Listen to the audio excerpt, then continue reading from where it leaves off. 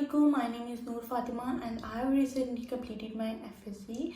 I got 1060 marks out of 1100 and scored second position in pre-medical group in Multan board.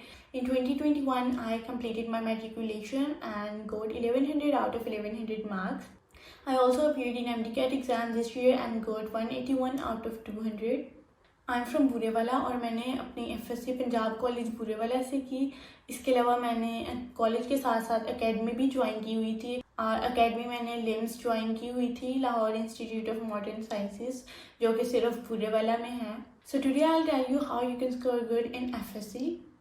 FSc में marks लेना इतना भी मुश्किल नहीं है। एफएससी में मार्क्स लेने के लिए आपको हार्डवर्क के साथ साथ स्मार्ट वर्क भी करना पड़ता है। कुछ टिप्स एंड ट्रिक्स होते हैं जिनको आपको फॉलो करना पड़ता है और आप इस तरह बहुत स्मूथली अपनी एफएससी क्लियर कर सकते हो। इवन कि आप अपनी एफएससी के लिए प्रिपेयर करते हुए ही आप अपने एमडीकैट की भी काफ़ी हद तक प्रिपरेशन कर लेते हैं। आप लोगों के ही कुछ क्वेश्चन हैं जो कि मेरे साथ शेयर किए गए हैं, जिनको मैं 1 बाय 1 डिस्कस करूँगी।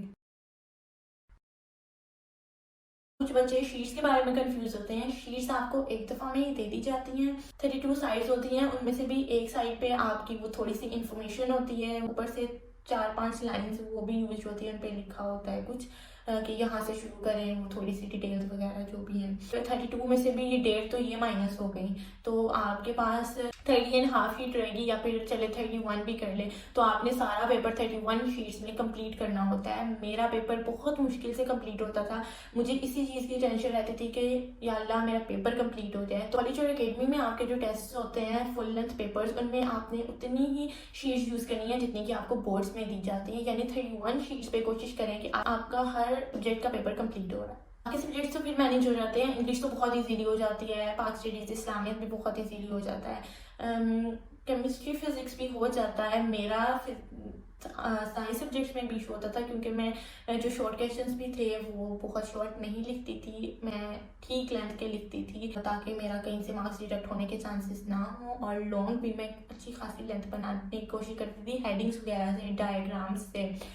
तो फिर प्रेजेंटेशन में भी थोड़ी सी लाइन्स चली जाती हैं। तो मुझे साइंस सब्जेक्ट्स में भी थोड़ा सा ये इशू हो जाता था कि मेरे जो शीट्स हैं और जो पेपर है वो पूरा हो जाए। उर्दू में आपको बहुत इशू होता है कि हाँ आपका इन शीट्स पे पूरा आ जाएगा। आपने हर क्वेश्चन का डिवाइड करना है कि ये वाला क्वेश्चन मैंने इतनी शीट्स पर ही करना है, इससे ज़्यादा आगे मैंने नहीं जाना। इससे आगे जब आप जाएंगे तो आपका सारा पेपर खराब हो जाएगा।